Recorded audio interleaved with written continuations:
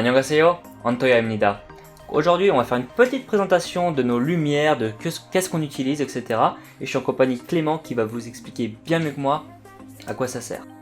Et bonjour à tous, et donc moi je vais vous présenter le kit de lumière Neewer 600W Pro, un kit d'éclairage qu'on peut trouver sur Amazon pour environ 80 €. C'est parti. Le kit d'éclairage inclut 3 softbox de 60 x 60 cm, 3 ampoules 45 watts 5500 Kelvin, un bras de flèche et 2 petits pieds. Il y a aussi un sac de sable qui est livré vide et que vous devrez remplir vous-même.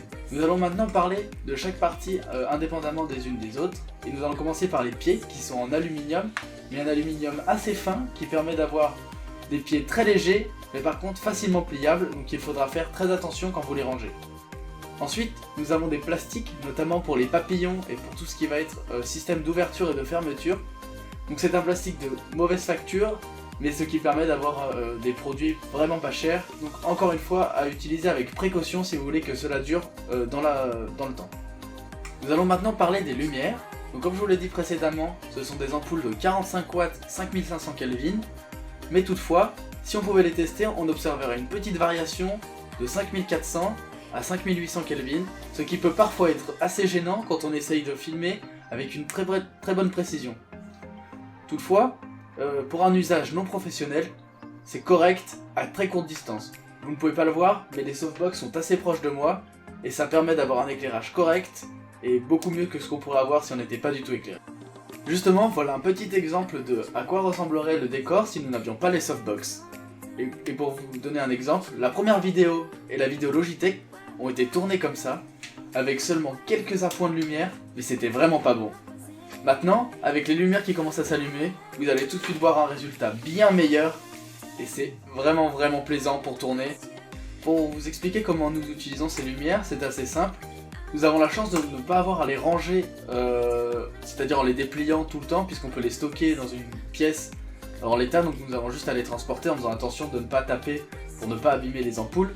Toutefois, ces lumières nous servent aussi d'éclairage dans la vie de tous les jours, puisque nous sommes dans une pièce mal éclairée et que ce sont des lumières basse consommation qui permettent donc d'éclairer très bien pour un faible coût. Donc, dans tous les cas, comme je vous l'ai dit, faites très attention à ces ampoules qui sont extrêmement fragiles et qui représentent 70% du prix de ces objets. Avec Antoya, on va tout de suite vous montrer comment on va monter ces lumières, puisqu'il n'y a pas de notice fournie dans la boîte et que les seules infos sont données sur Amazon, et ce n'est pas forcément très clair. Dans un premier temps, nous allons monter les pieds en les faisant coulisser comme ceci. Puis, à l'aide des papillons, nous allons refermer pour que les pieds soient bien stables. Ensuite, vous pouvez agrandir le mât à la hauteur que vous souhaitez en fonction de vos envies. Ensuite, prenez la tête de la softbox et fixez-la sur le pied de manière très simple. Le système d'accroche est très simple puisqu'il s'agit d'une vis à serrer ou à desserrer. Vous pouvez voir que l'intérieur de la softbox fait penser à un parapluie avec des baleines. Toute la difficulté de l'installation va être dans la fixation de l'élément central où va être ensuite la lumière.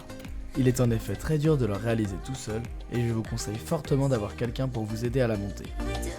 Il suffit simplement qu'une personne tienne la tête de la softbox et que vous appuyez légèrement sur le cylindre noir pour que les deux cylindres s'emboîtent.